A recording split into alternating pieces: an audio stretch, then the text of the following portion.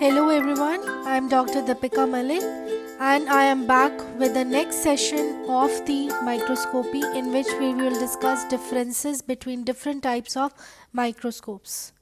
We have already discussed all these four types of microscopy in detail in previous sessions. Coming to the differences based on principle, Brightfield uses a simple illumination technique where light passes through the specimen and is collected by the objective lens. Only the specimen absorbs light, resulting in a bright background.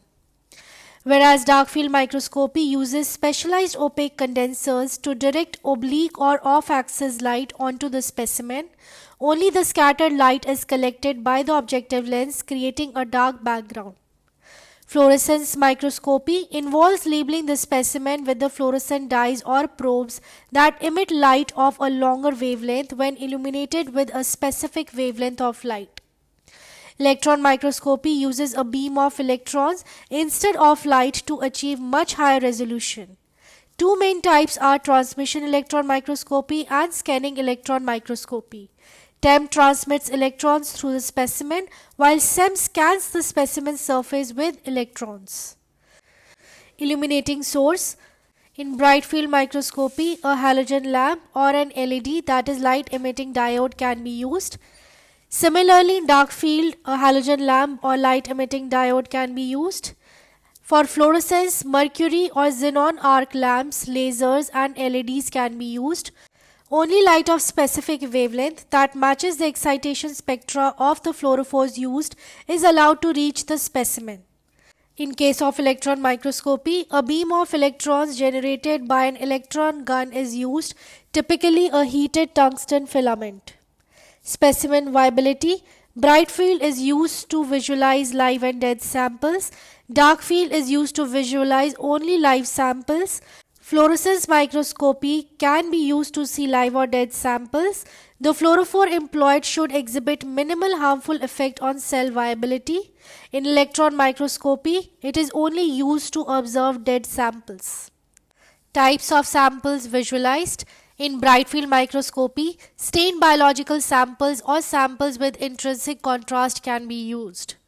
In Darkfield microscopy, transparent or low contrast specimens are viewed.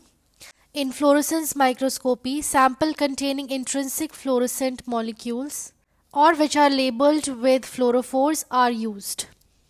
In electron microscopy, stained biological samples or samples with intrinsic contrast are used. Samples should have a lower electron density than the surrounding embedding material or support grade to enable contrast in the images. Contrast enhancement. Staining is done using colored dyes like hematoxylin and eosin, gram stain, Giemsa stain in case of Brightfield microscopy. No staining is required in case of Darkfield microscopy as stains interfere with the technique's contrast enhancing effect. In case of fluorescence microscopy, the samples are labeled or tagged using fluorophores or fluorescent molecules. In electron microscopy, staining is done by exposing the sections or specimens to heavy metal solutions of uranyl acetate, lead citrate, osmium tetroxide or ruthenium red. The choice of the stain depends on the type of specimen and the desired contrast. Specimen mounting. In case of Brightfield and Darkfield and fluorescence microscopy, glass slides are used, whereas in case of electron microscopy, for TEM copper grids are used and for SEM aluminium stubs are used. Fixation of sample is required in case of Brightfield. No fixation is required in case of Darkfield. Fixation is required in case of fluorescence again.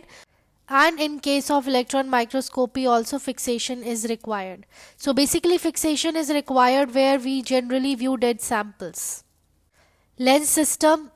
In Brightfield, each condenser, objective and eyepiece lens is made of combination of lenses which are necessary to produce magnified images, and so is in the case of Darkfield microscopy. In fluorescence, objective lens is made of combination of lenses which are necessary to produce magnified images. No condenser lens is required in case of fluorescence microscopy. Electromagnetic lenses are made of magnetic materials in case of electron microscopy, specifically iron and other ferromagnetic alloys. Condenser lens in case of bright field and dark field, one condenser lens is there. In case of fluorescence, the objective lens acts as condenser and objective both, whereas in electron microscopy, two sets of condenser lenses are there. Image formed. The image typically formed in case of bright field microscopy is on the eyepiece of the microscope or on a camera sensor, that is photographic film, or electronic detectors, that is video cameras, placed at the observation port. The image in case of dark field is formed on a camera sensor or a specialized dark field detector. In case of fluorescence, the image is formed on a camera sensor or a specialized detector designed to capture fluorescence signals.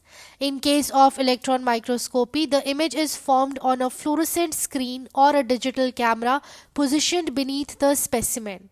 Fluorescent screens are highly sensitive to electrons and can effectively detect electron beams.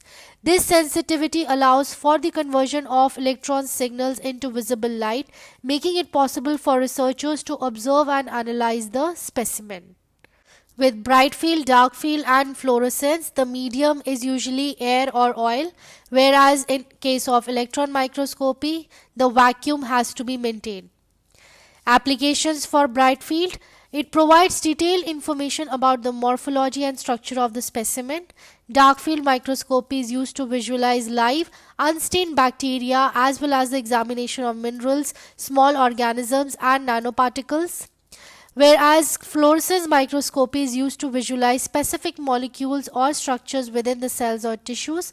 It allows for the study of dynamic processes and the localization of specific proteins or organelles.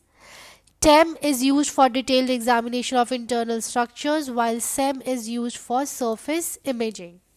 Thank you for watching. For any details or queries, you can contact me through the given email ID.